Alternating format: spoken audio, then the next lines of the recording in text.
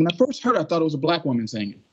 Her voice coming. So the voice was like perfect because they're turned around. And you can see on the her audition tape, like when she first did, whatever they call it, the turnaround or whatever, that they lost their minds and they turned around and saw that she was this white girl that was singing like Aretha Franklin, and that's how she is. So she toured with us 2 summers ago, and she came in and sit in with us, and people just loved her, man.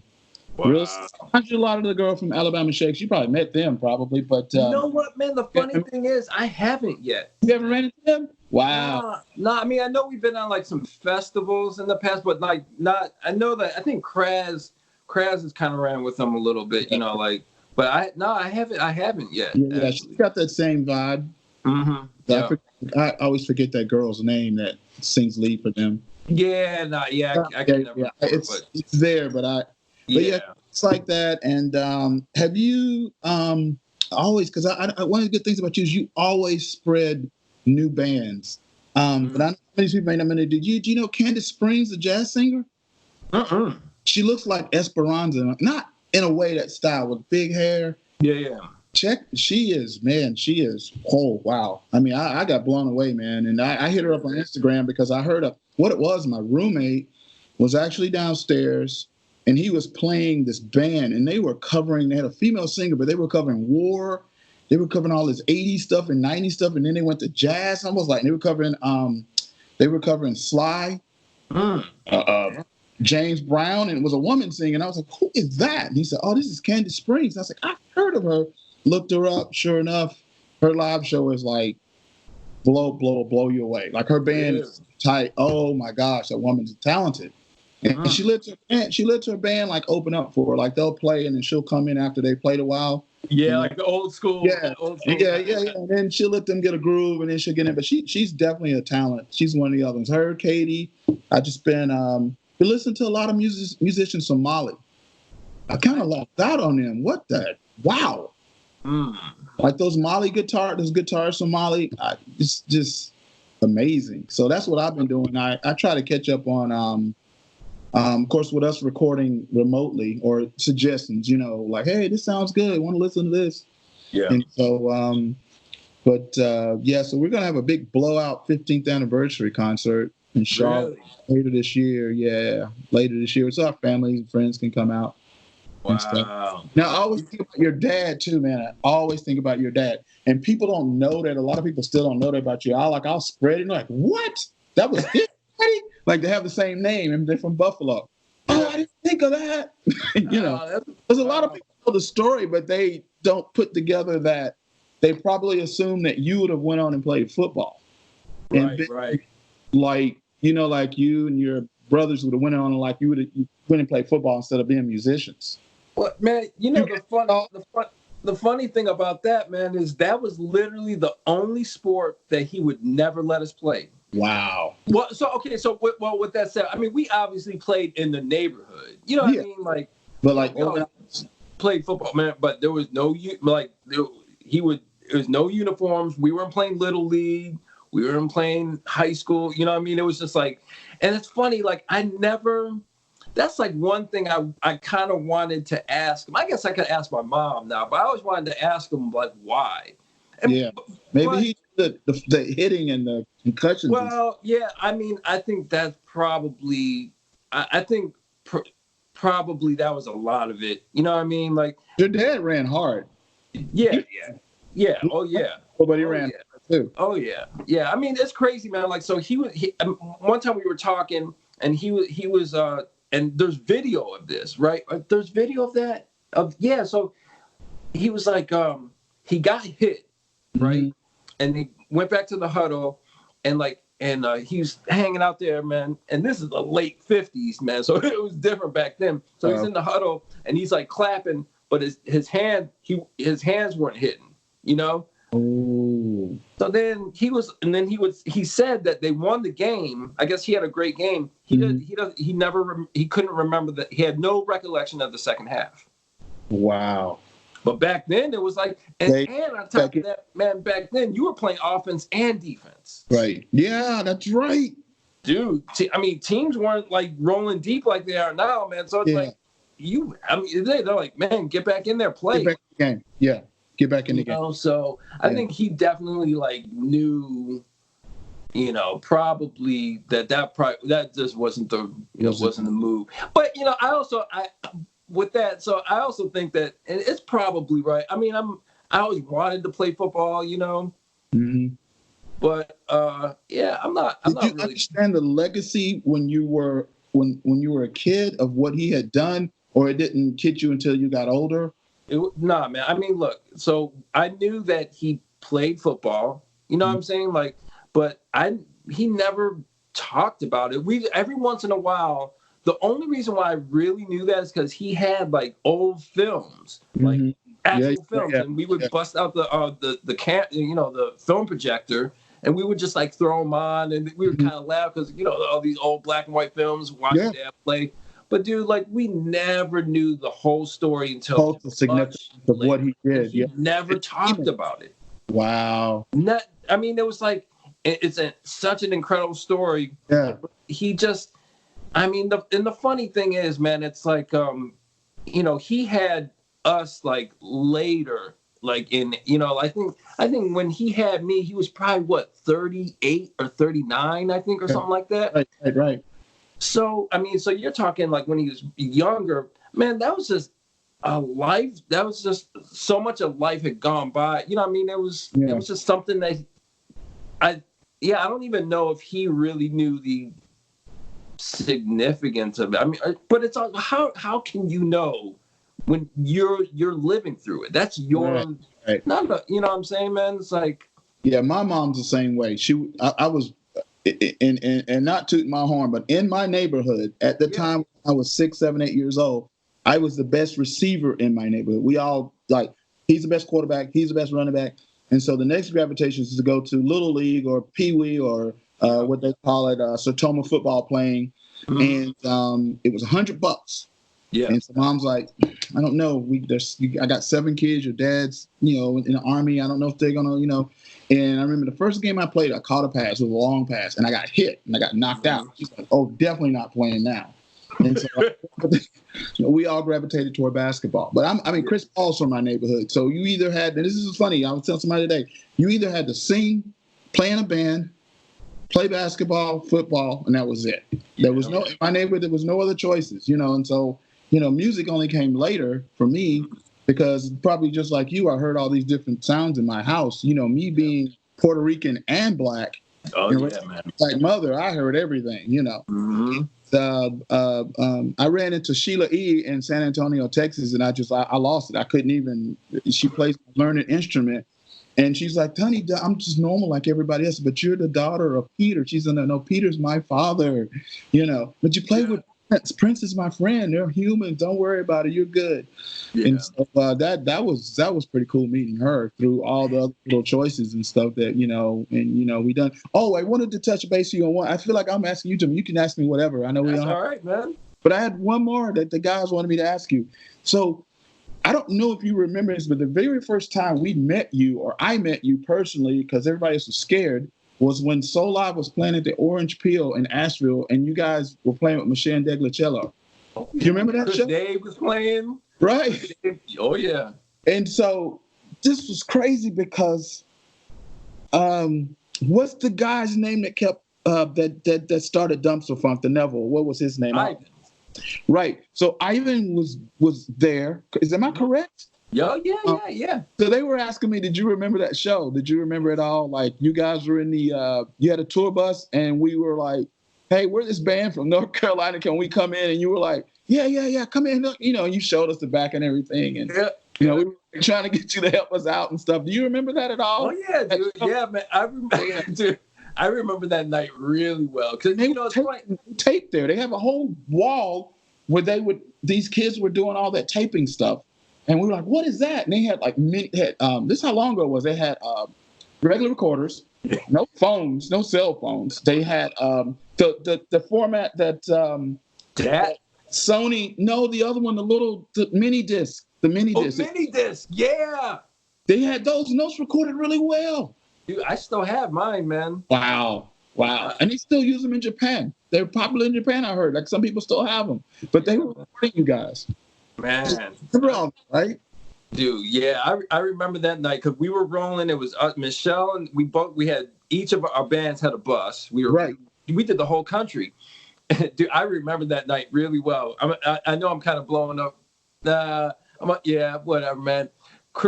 I remember. Oh, that's that night, dude. So I'm not blowing up Chris's spot, but I'm gonna say this, man. So that night, I remember vividly watching Chris play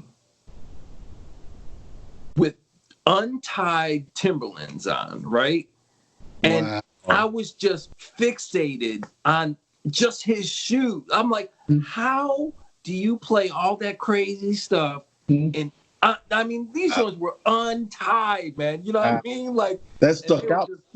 Tim's, dude. And that dude was just every night. And and after that, I just watch him every night. I was watching his feet. I'm like, how? Like, how? Timberlands on.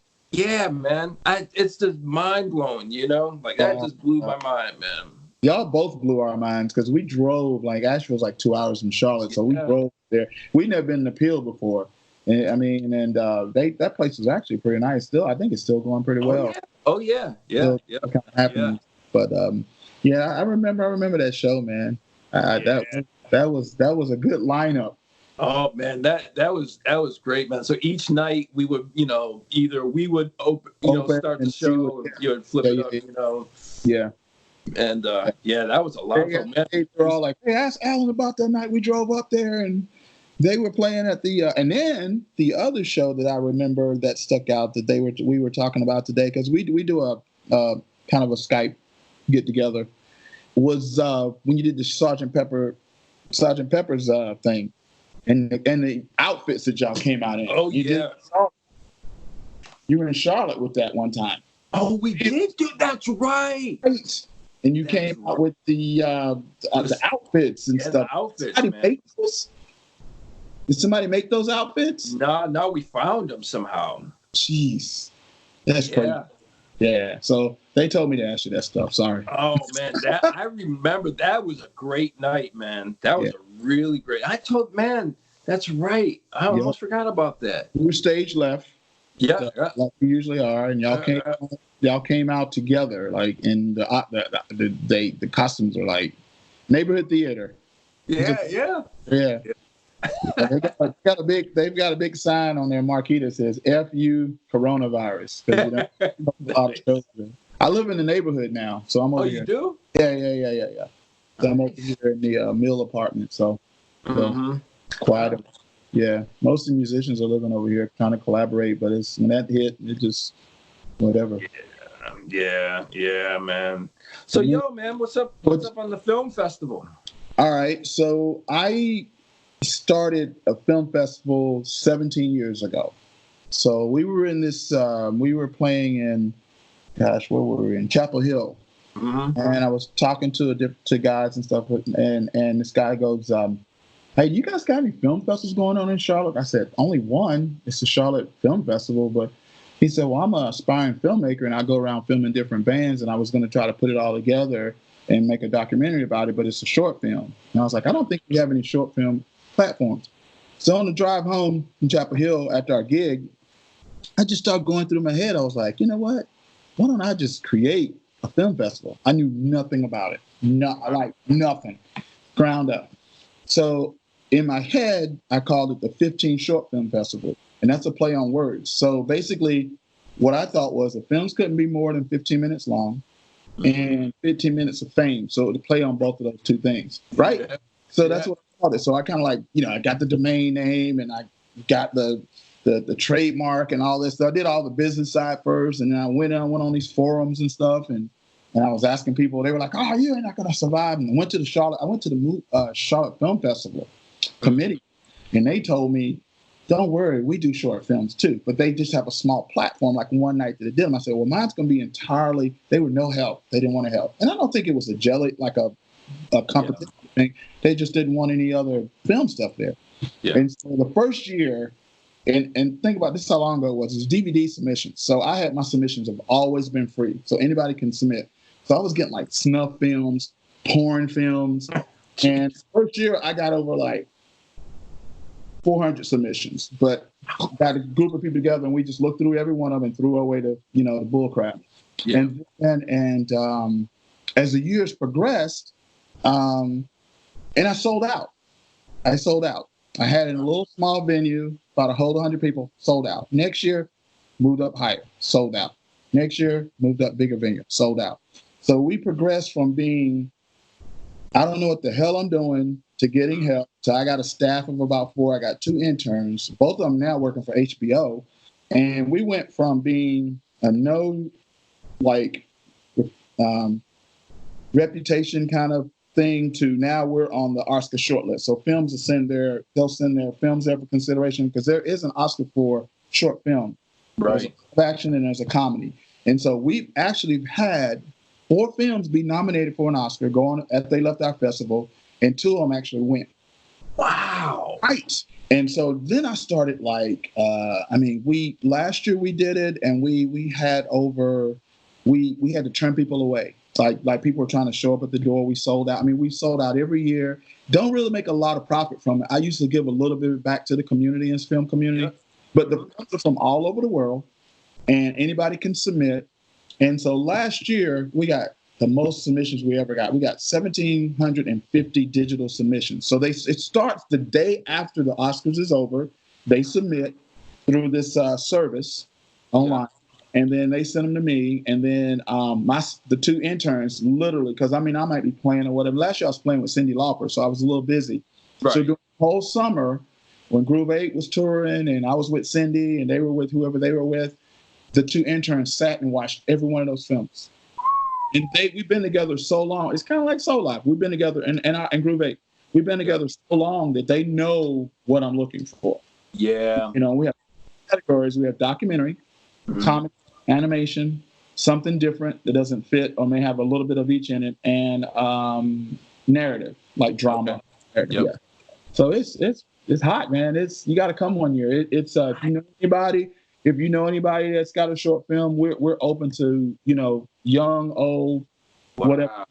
Yeah, we've never charged for a submission. We look at every one of them and pare it down to about 25 films, which is a 2.5-hour show. People come and we have a film jury. And something online like you and I are talking, I'll send you the films and then you'll vote on what you think. But they usually come to my house. I've got every house I've lived in, we've had like projection and have a movie room.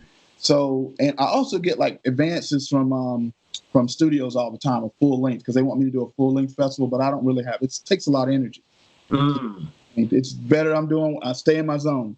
But they'll send me I'll get a advanced copy of this last one with Ben Affleck in it, where he's the basketball coach. The basketball coach, yeah. Yeah, but now they released it. But I got the copy 2 months ago, stuff like that. It's just some advantages, but I can't go out and share it. Yeah. But it's doing good for a musician to have a film festival. Dude, I'm telling you, man, it's like beyond my expectations. I feel when I'm actually doing it, and you probably had this feeling before performing, when I'm actually at the festival, I really feel like an out-of-body experience. Like, who's doing this? Like, this is not. We started on a napkin, on a tour bus going back to Charlotte. So yeah. So that's it. Incredible, man. So hey, man. So during your whole doing this, have you learned anything about more? I guess about the music end of the film. Yes. And that is where how to get your music on it. That is where I encourage. So I did a talk in Charlotte to the younger musicians on the local scene, because they wanted people that had played, and they all wanted to hear about how was it to play with, even your name was brought up one time. It's how was it? You got second album was recorded up, and how was it dealing with Alan? I've seen solo. You got your fans, right? Well, they'll say, how was Cyndi Lauper? And I said, instead of concentrating on that, I said, when you go to someone you go to Alan and record, you go to Cyndi Lauper, these guys went and played with Prince. It's work. Yeah. You may be starstruck and happy, but it's not like you're going there, woo-wee, I'm playing, And so with the film festival, I had to have the same kind of small attitude, whereas I had to keep because I would meet these directors that I knew that were going to, the guy that won the Oscar. It's a movie called Curfew. Look up Curfew short film when you get a chance. Okay. went on and got all these studios were like, wow, dude, we're going to make this a full length. This short film that won the Oscar. And so, of course, once you win an Oscar, it's like winning a Grammy, because they'll put it before your name for the rest of your life, or Super Bowl champion Tom Brady. Yeah. So I talked to the guy, and he was like, listen, dude, I'm gonna hire a music director, and I'm gonna get some other music in the film. I know your band does instrumental, and I felt kind of a little bit uncomfortable because I didn't want to use my position as the thing. But they are looking. The best way to get involved, get your music on film, and where you're going to make some money. Like, I ran into Michael Franti in Spearhead, and he got a song on Meet the Fockers. And a lot of people didn't know who Michael Franti was for a long time. Spearhead got a song on Meet the Fockers. Like, it opened up the movie, and he said, I made more money from that than I do putting out a CD sometimes. Yeah. So, those film rights and things are important. Like, they filmed Homeland here in Charlotte, so I got connected with the filmmakers there. The guys who were doing the TV series Homeland. Any band, so they would come to me as a clearinghouse. Nice. So, I would go. We have Q&A. If I was a musician, I would go to a film festival in your city. Go, and you might run into somebody that might hit it big. Just take your stuff, say, hey, this is our CD. We've been together this many years. Boom. That's what I would. Yeah. So enable that at every festival, instead of me going like, hey, we need Groove 8 to be a part of this and that and this and that. And they're looking. They need music, man. Yeah, that's wild, man. Yeah, no doubt. I mean, I was gonna say there's something to be said about the face-to-face kind of thing. Mm-hmm. Saying that in the context of what's going on now is kind of, right. But even still, like, I mean, I think it's there's something to be said about just reaching out, like doing the work and reaching out to someone. You know what I mean? Like, I mean, what have can you they guys say? did licensing at all? Have you tried to do any of it at all, or? Man, to be honest, it's kind of funny, man. Like, Soul Live, we've only had, it's really funny that I know of, we've only had one song that was it was like in a Denzel Washington flick. Mm-hmm. So we heard, oh man, you're going to be in this Denzel flick. Oh man, that's crazy, Mm-hmm. Well, it turned out it was the tune that we did on, what album was that? It wasn't Breakout. It was, I don't know, whatever, Next. I think it was. Next. Okay. With Dave Matthews sang it. Mm-hmm. Oh, wow. But it was an Ani DeFranco tune. Exactly. Haven't heard that name in a while. Wow. Yeah. So there you go. So we got a cover tune on a Denzel Washington. So, wow. That was. We just got a connection last year with Showtime. Ooh. So what happened was, you're gonna flip off of this. What happened was, the guy that was playing keyboards with us is not playing keyboards with us any longer, and he wrote the song. And of all the songs that we had, Showtime wanted that song. Okay. And so the guys in the band didn't really like the song, because it kind of sounded like, when you first brought it to the band, it sounded good. It kind of sounded like something Snarky Puppy would do. So everybody that sounds like Snarky Puppy. You're trying to think beyond the box like Snarky Puppy does. And so we went with it. It's on RPM. It's the fourth song. It's called, I forgot the name of it. Diminished. And so dude from Showtime called and got our information and said, I'm thinking about putting this on the show Billions. Mm-hmm. And he said, we've got 4 or 5 music directors from different shows. And he said, we film at a certain time and we edit at a certain time and put the music in. But we have what is called there's a name for it. When they have a scene and it's at the end and there's no dialogue. Yeah. And music it out. So that's what they were trying to do. And then we couldn't he had all the songwriting credit on it. We didn't have any songwriting credit on it. Yeah. We credited on the album, but he was a songwriter. So this dude said, I don't want that music. I don't know what happened. It didn't get on. Yeah. And they have I don't think that he didn't want it on there, but I think that he had left the band this last summer over personal differences. But it was just kind of like, even if you have personal differences, and it happens all times in bands, that. Thank God you guys have been together a long time, like brothers. Well, you keep it down to 3. With 8, Yeah. And so, and you know, you make mistakes, man. But you know, the leadership is me and Keith and Tony, the sax player. We the original, and Audie, the drummer. We're the four original. And but we could never work it out, man. We missed the deadline, and you can't miss those Hollywood deadlines because they've got to deliver, you know. But I always thought you would be a good like music director for a TV show. You ever thought about that? No, not really. But oh man, that would be cool though. I mean, that would be something you really not editing. You're just kind of like placing music in appropriate places with the director. You could do that. Oh, I would love to do that, man. Yeah. So, but we still have the contact, and he's like, basically what they do is every time we write something new, we send it to him. And then they give it to the music director. They like it. If they don't, they don't. That's how it works. Yeah. And then his son goes to UNCC, and I was trying to brown nose him. Right in the festival. He said, my son's at UNCC. Can you get him tickets to the film? Oh, yeah. Front row. Yeah, I got him stage. Yeah. I was trying, man. This guy's big way, dude. He's in LA, man. He's like in charge of all the like production and everything. Yeah. Man, him at a show because we were strictly instrumental, you know. So he was like, "Wow, I gotta need y'all CD," and that's when they wanted that one song. Got you. Wow. Nice. I like that show too. I like Ray Donovan and Ray Donovan. Oh man, I forgot about that. They canceled it. What? This season was the last season. They didn't. Oh, really? Yeah. Oh, yeah, man. Yeah, that was a good one, man. Although I remember at one point in Ray Donovan, we kind of dipped out on one season, and you know how it is, man. Like yeah. Oh, I stayed with Ray Donovan. But he started doing a great show. He started dreaming and like having these. He almost committed suicide. Tried to commit suicide too. Later seasons, but they canceled it. I can't believe they canceled it. But I know the show Billions too, because it's got the guy from Homeland on it, the redhead dude, and I can't think of the actor's name, but yeah. So I try not to. I try to be a little bit courteous when we do have a Q&A available to musicians to talk to come to the shows to submit their music. Wow. Yeah. Cool. Walk up and give it to them, and and they'll. Or give them a digital card or something, whatever it is now. I mean, or links. Yeah.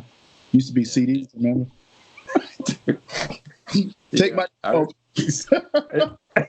I know, dude. Like my demo. Yeah. I made that mistake with old Bruce from Blue Note. I went to a forum called It's Jazz Black in San Francisco. And let me tell you who the panel was. Harry Edwards, a sociologist from San Francisco State University. Bruce Lundahl. Yeah, Bruce. Yeah. Is that him? He passed away, didn't he? Yeah, he did, man. Parkinson's, yeah. From Blue Note. Yeah. Angela Davis from the Black Panthers and a professor. Steve Coleman, the one that did the M-Bass albums with a saxophonist. He does all crazy theories, and he had Cassandra Wilson and Michelle Deglicello in his band, that bad bass player Reggie. I forget Reggie's last name. They were Was that Reggie Washington? Yes. Yeah. Yeah, you know him? Oh, yeah. He and what was the keyboard player's name in that band? I can't think of his name. But anyway, they're going to kill me when they see this too. So they were on the panel. Wow. And so I was in San Francisco and heard about it. And I went to the panel, and then Bruce was like, we're looking to think outside the box. You probably heard this. We're looking to think outside the box and maybe find some jazz groups, that are not really jazz, but maybe jazz musicians playing something else. And if anybody in the audience has a CD, bring it up after the discussion. And I'm sitting there with nothing. It was no other delivery at that time. Yeah. But I got Steve Coleman asked me, he walked up to me and he said, do you have any percussion with you in San Francisco? I can get some. This is San Francisco. He said, well, meet me at the bar. And I went to the bar and I had to sit in with Steve Coleman. I can't remember the keyboard. What's his name? He was back. Oh, Andy Mill. Oh, Andy, of course. Yeah, man. Wow, you know those guys. Yeah, dude. What's up, man? Well, you remember Steve, man. Steve's band was, but who, what was the drummer's name? Gene Lake. Oh, yeah. But didn't he have another guy named Sean somebody? Sean? Oh, Rickman. Sean, dude, Sean, man. I'm gonna say it right now. Sean doesn't make any damn sense, man. None. That dude. None. Yes, right. So they came to Charlotte in a span of 3 weeks. He was at that thing. That band, him, Andy Mills, Steve Coleman, and maybe Reggie was on bass. I don't know. He has different people coming in. They came to Charlotte and played at this now vegetarian restaurant, vegan restaurant, and they played after the restaurant closed. It used to be a club. We all went, talked to them. Then 2 weeks later, he was back and he had a residency at Cal Berkeley. We went to that. We flew out. Our band did, half of the band. And he says, "Are you guys freaking following us around the country? This is He said, "This is the 4th time I've seen y'all." That guy right there sat in with me. Yes, I sat in with them. They're crazy, man. Their time rhythms and all that. Their syncopation and all that is just crazy. Man, I remember the first time I heard what was it? Steve Coleman and what was that called back then? The 5 Elements or something? 5 Elements. Yeah. Right. And that's what I'm saying. On some of those albums, you'll find Michelle playing bass on it. Yeah. Cassandra singing a little bit, some stuff on it. And all. Yeah, dude. Yeah. I mean, man, that music messed me up. Did you run into them, or you just knew who they were? Well, I mean, we would run into him in different places. Like I remember one time we ran into Steve. I think Sean was playing with him at that time. We were at the North Sea Jazz Festival. Mm-hmm. So we went and checked him out over there. We were kind of kicking it with them. But I think I first met them probably through knowing Gene Lake. Okay, through knowing Gene. Yeah. Because I've known Gene for long time, man. Because when he used to play with the Screaming Headless Torsos. Oh, yeah. So that's best band names ever. Yeah, I know, right? Yeah. But man. Did y'all ever know the guys from or maybe had you guys started when that band Liquid Soul was together with Mars? Liquid Soul. They were out of Chicago. Exactly. Yeah. Because he used to play with the Psychedelic Furs. I'm just wondering, back in those days, did anybody ever run into each other? So I know Groove Collective was out playing, and they had a pretty good run. Oh, yeah. But I saw a show with Shaka Khan, Isaac Hayes, and Liquid Soul all on the same stage. And McCoy Tyner was the Indianapolis Jazz Fest. He was across the way at another stage. And so Frank McCombs was playing keyboards for Shaka. Yeah. And Isaac. He got off from Isaac, and Shaka came out and he played with her. And so Frank didn't know. So Branford Marsalis, we were on the side. Yeah. We played some little stage or whatever, not the big stage, and we were just together. And so because our drummers from Indianapolis. So anyway, so we were on the side, and then we saw Branford walk over. So of course we were like, Branford, and then we saw him hug Frank backstage because it was like wide open. And so we started singing Another Day from the Buckshot LaFunk album. Yeah. I was like, what y'all know about that? So he came over and talked to us. Yeah. That's the first time I met Frank. Yeah. Oh, man, Frank, he's a bad dude. So the funny thing is, man, so going back to that tour that we did with Michelle back in the day, that tour started in San Diego. Wow. So we show up at the club. I think, so we must have flown out there because that's where it started. All our gear was, the bus was there and all this and that. We walk into the club, and I think Michelle they were already kind of get on stage. I think they went on second that night. So they were on stage first for sound check and all that. We walk in, man, with we're looking on the stage like, yo, man, that's Frank. Frank was playing with her. Yeah, dude. Frank was playing with her? Yeah. Well, for a few shows. No. I don't know what happened, but okay. Man. So, look, I don't care, man. That was years ago, so I'm gonna say what I need to say now. So I don't care. He got tired of it. No. So check it. So San Diego. So we're kicking it with Frank. We're like, oh man, because we hadn't seen him in a while. Said, hey man, so Ivan was with us, as you know. Okay. So we had Neil's. Ivan was playing Neil's Whirly. Mm-hmm. So we like the next night was L.A. It was San Diego, L.A., and then Anaheim, right? So L.A. we're like, yo man, you should come sit in with us. You know what I mean? Frank. Yeah, because the thing is, Frank, in San Diego, we were checking out the show. Frank didn't have a microphone. He was just playing keys. So we're like, I mean, whatever. It's Michelle's gig, so whatever, man. But we're like, wow, this is wild, man. So the next night, we asked him. He's like, no, I'm not singing. I'm just playing with her, playing keys. So I was like, man, you should come sit in with us, So we already had the keys because So Frank came on, Ivan left, you know what I mean? And we did some tunes, and Frank tore the place up, man. People didn't even know, man. You know what I'm saying? Like, dude, think about that.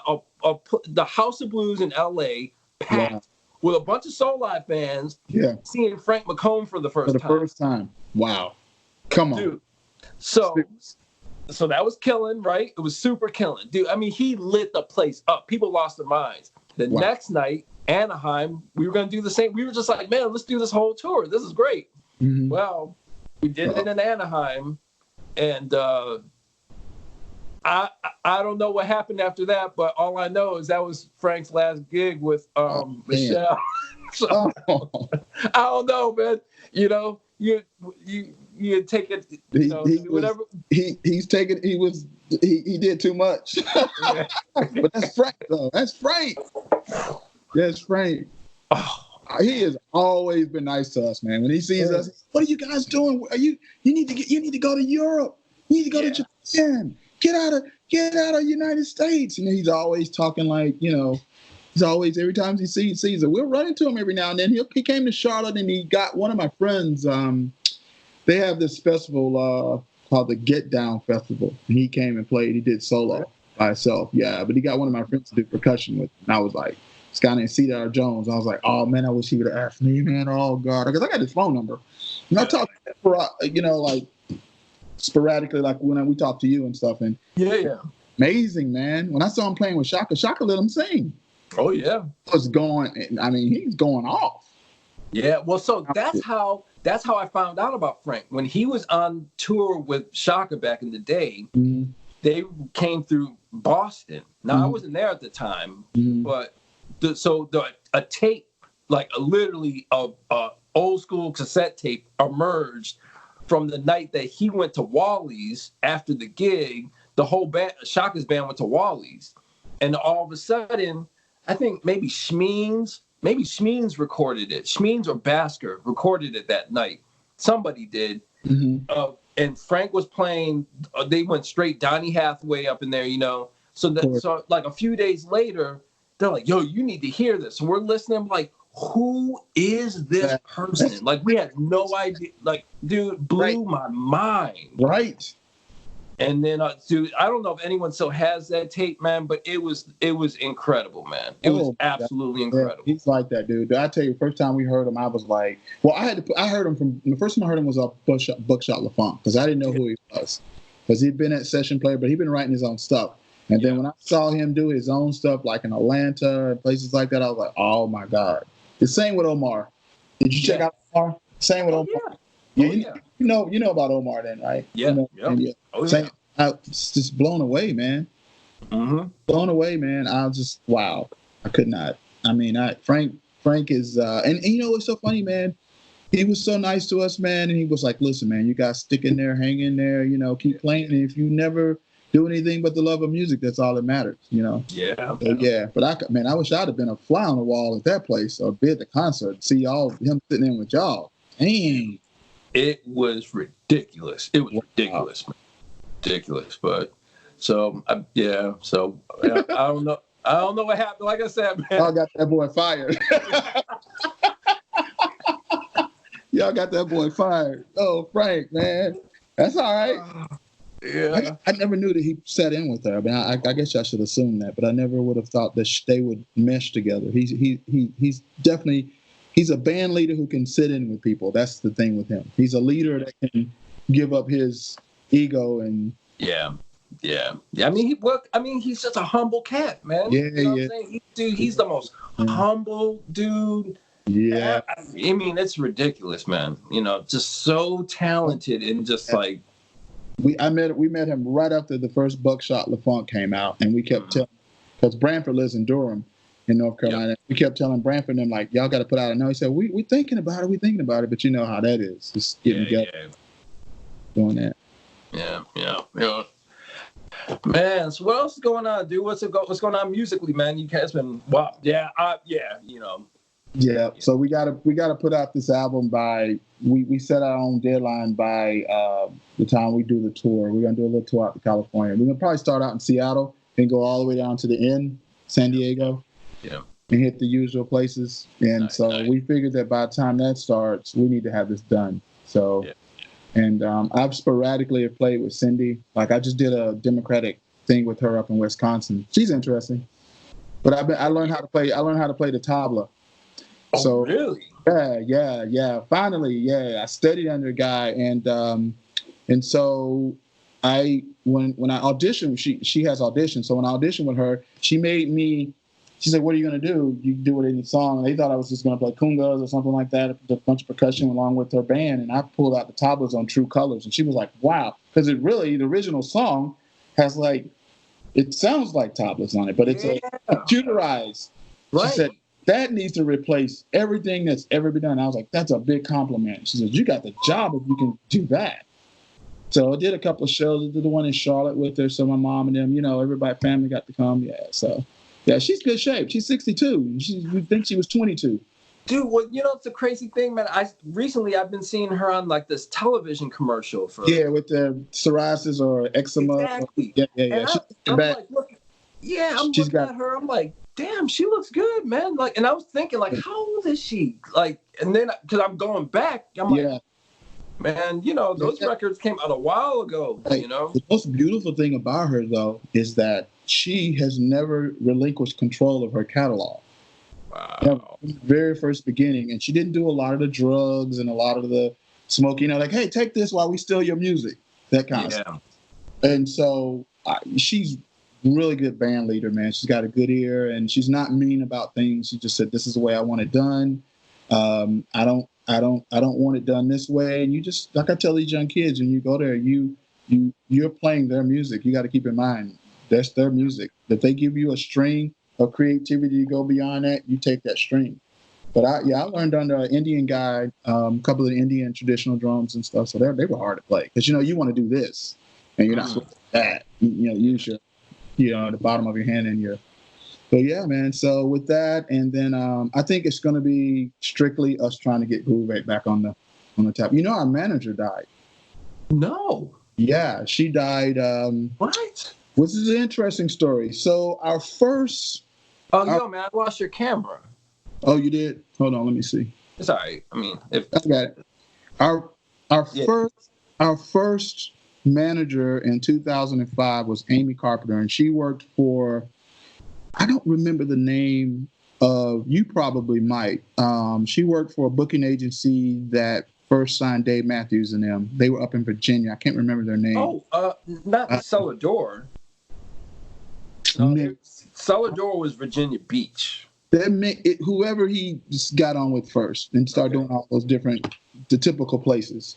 Yeah, she left them and wanted to do her own thing with her contacts that she had. So she saw us at the Visualite in Charlotte, and then took us on as management and a little bit of booking.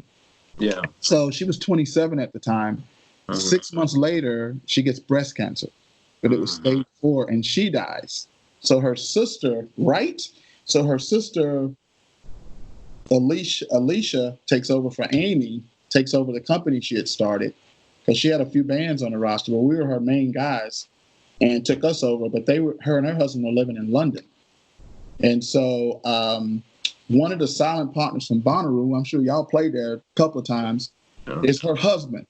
But he was just an investor. He was an investor, and he wasn't really into the day-to-day and stuff. But he knew he put a lot of money when it was not commercialized. Because y'all done it when it wasn't commercialized, right? Yeah. Oh, yeah. So he was one of the cats with the money that put it on in Tennessee, or I think it's Tennessee. And so he married Alicia, who was our manager's sister, who took over the stuff. But they moved to London. He got out of the music business, and I think they ended up moving to Scotland. And so she pretty much just managed us all the time. Because I mean, as a matter of fact, your wife has hit her up a couple of times about times we were trying to get up with you.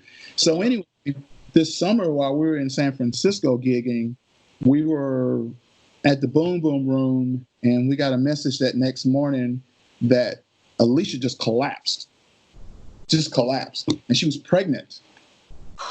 So they rushed her to the hospital, and it was a decision had to be made. It was either the baby was going to live or they were trying to say, yeah, dude, it's the saddest stuff, dude. It was all on, they put it all on social media, man. We were messed up. So she passed away during giving childbirth. Now you have Adam here. He's got like freaking 3 kids that are basically toddlers, or, you know, he's in his 30s and he's got these kids, and he's just devastated, dude. I mean, he's dead. So it was last summer that it happened. So we've lost both of them at very early ages, dude, in their late 20s. One to cancer and one to childbirth. Yeah. So that happened to us. So that's what happened to us and kind of put us back a little bit. Yeah. And so we just figured that, you know, we're going to do an album. We're going to do the follow-up. So we'd like to come up there and do it up there. Yeah. But the band's still together. Well, we're all in different cities right now. We're not all in Charlotte anymore. Yeah. Things happen. You have kids, and you move, and of how you grow up. You know. Yeah. No, that's really start a lot of your, out of your thing. So that's what Groove 8 is right now, and we just rehearsed for the first time together in about 6 months almost, because we were trying to let Adam get over. He moved the family to San Francisco, so he's still going south. Yeah, because. She told him to promise to take care of us. That was one of the last things she said. Isn't that nice, man? And that's like, man, you're on your deathbed and you're like wishing us well, man. It was devastating, dude. We were devastated. So we finally got back together, and so now we're just hoping to get it done before we go on this long road trip starting in July. So when was that planned for? July the 1st. June 30th is when we're leaving. And we'll be gone like the whole month we'll be gone from June the 30th all to the end of the month. I'm thinking.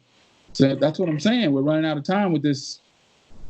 Yeah. Well, that's funny you say that, man, because we have some shows, I believe it's June or July. Maybe it was June that we're supposed to be out in LA and San Francisco. Okay. Yeah, because we're going to be out there. So maybe we can get up with you guys. But like you said, first we need to get the music done. Yeah. You can't go out there with the old. They got all our stuff, man. I mean, I'm surprised that people still buying CDs though. There's a lot of people still buy CDs. Really? Yes. We sold out last year on that tour. Wow. When we got to San Francisco, we were out. T-shirts, all that stuff. That's good, man. That's really good. We had digital cards. People were looking at digital cards like. Yeah. That's amazing, man. Like for the longest time, man, I've been on the fence about CDs, man. Like, I don't know. No more? You're not going to do them anymore? Or do you? That's what I always say. Like, man, I'm not doing it. But then you always end up doing it because somebody, and I guess people still buy them. They still, yeah. I mean, some cars still have CD players. That's pretty much the only place where I could play a CD at this point. Although I did inherit a CD player from my father. And I don't have it hooked up though. But you mean like the physical box? Yeah, Sony. I haven't seen one of those in a long time. Yeah, but I don't know, man. What about that kid? I wanted to ask you before we got off. What about that kid? Have you, the kid that did the soundtrack for Black Dynamite, Adrian Young? Oh, Adrian. Yeah, you ran into him. He seems to be really like. He kind of like really seems to be in our corner. I think he's kind of old school. He's young, but he's old school, like analog, old school kind of guy. He's super old school. Muhammad from Tribe Called Quest. Yeah. Well, because remember they did the music for I know what you're getting ready to say. Wasn't Luke Cage, was it? Luke Cage. Okay. Yeah. So he came to Charlotte, got in touch with us, and was saying that he liked the horns and all that kind of stuff and everything. And we even told him about lettuce. And he was like, lettuce? You know, he kind of looked up lettuce. He was like, wow, I didn't know. Just like you, like when you hear new bands, you're like, well, I've never heard of them before. Yeah. And, he kind of like has invited us, like they have a songwriting thing that they do and out there in LA and stuff like that. Because I think he's out of LA. At his studio. Yeah. And we haven't really like touched base with him too much yet. But I think you and him are kind of like the same. Y'all are kind of like the old school kind of, that's old school cats that have that 70s kind of look at music instead of what they're doing. Yeah, man. Actually, man, I reached out to him, man. I've talked to him a few times. He's a real cool cat, man. Because I reached out to him after, oh man, what was that? What's the movie that he did, man? The blaxploitation joint. The Black Dynamite. Black Dynamite, of course. Right. Yeah. Dude, I heard that, man. I was like, dude, I could have swore it was like some old, they just got all. I was like, man, who is this dude? Right. All the songs were new. They weren't anything from the past, but they sounded familiar. Yeah, man. Yeah. So then it turned out that we had somebody, a friend in common. I can't even remember who it was, but anyway, so I reached out to him. We talked a little bit, you know what I mean? And yeah, it's cool dude, doing great work, man, so. Yeah. I like his, I always look at how a band presents their packages, because that's coming from the old, and you guys have that coloring scheme that nobody would use unless they were from 1977. Yeah, exactly. He does the same thing with the vibrant orange and maybe a brown thrown in, splashed on top of that orange, something that Quentin Tarantino would probably use. And so he reached out to us a little bit, but financially he wanted us to pay like just to come out there and stuff. And it was kind of like some of the guys were kind of like didn't really want to go out there and spend a lot of money just to hear him talk to us. We'd rather him, you know what I mean? So yeah, I hear you. But I don't think he really even pushed that thing. I think he more or less like he's more or less like trying to help out younger cats and stuff like that, For sure. So yeah. I told him, I said, you need to have a school like that, because I know Jazzy Jeff and them do that stuff. They have that school where they have all them guys come out, rappers and Common and all them go out there. Yeah, exactly. Like summit things. Yeah, man, that's just crucial, man. What's your schedule as far as Iron Wax with this going on? What's your real? You don't have a goal of when you're gonna? I mean, I'm open. You know what I mean? Like, I'm not closed. I'm open. It's just so I'm kind of going in there and mixing stuff. As I things are happening. But I mean, really, man, it's to me, it's. I had a friend of mine hit me up recently, just a few days ago. He said, "Oh man, I want to, we all have this time off now, so I want to come out there and do some recording." I'm like, "All right, that's cool," but for him, it was just like getting people to actually want to leave the house. You know what I mean? Like, so that's where it really the is the challenge. That's the challenge for everybody. More of. We got 4 that are here, 1 in Raleigh, 1 in Chicago, and 1 in Nebraska. The new trumpet player. He's back. Will Gleason is, but he married a girl with a little kid, and he was about to just leave music. And that's one trumpet player that should not be leaving music. He's just brought like this. Those good trumpet players, what they do. Oh yeah, on the horn line. So what we're looking at is I'm just hoping that we can get something done, and even if it's not pressed or printed, get it done before we go on that thing, before we go out there to LA and all that stuff. Yeah, well, I mean, if I can definitely say I can make that happen if it works that way. You know what I'm saying? Okay. Like, I mean, so we'll figure it out. So we got March, April, and May. Yeah. To really, and we've got, I'd say we don't have, I think we got a couple songs written. We got ideas, but I'm sure if we get together, you know how that goes. But we're going to get together when this calms down and talk about like, but they kept saying we need to get up with you and go up there. But are you kind of like remote where you are now, or is it easy to get to, or what's the closest airport? I mean, it's the same. It's same as before. Kind of same area. Okay. Yeah, I mean, I'm not far from where I was before. It's the same area. You know what I mean? Yeah. Okay. I didn't know if you moved further or. Yeah. No, I mean, yeah, same area. So, okay. Yeah, man. Yeah. Word. Yeah, man. Well, like I said, man, keep me posted. You know, I'll keep you posted. You know me, man. I'm mellow, man. So yeah, and I'll watch out for y'all's dates. Maybe we can open for y'all or something.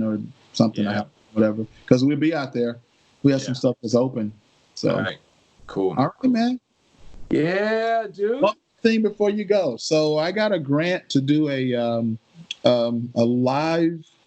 Don't have to commit to anything now, but I got a grant, North Carolina grant, to do a live. I always had these ideas, but I had this idea of doing a live podcast of like musicians that I have come across that have been actually accomplished musicians, like Cyndi. So when they're in town, what my idea was before I got the grant was to have them come, and instead of doing a podcast or sit down like you and I doing, is to do it live in front of an audience.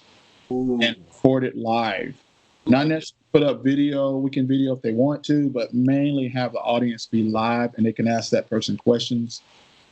If she's in town, she's committed to do it. You know, it's going to be 1,000 people trying to come. Yeah, dude, so I was going to ask you to try to be one of my guests when I get back on it now, because with those grants, you have like specific guidelines and things like that. Yep. There is an appearance fee. You get an appearance fee. It ain't gonna be a lot, but they do. But you ain't never been like that. But I'm just saying there is an appearance fee. But I was happy I got that grant. Man, that's crazy. That's awesome.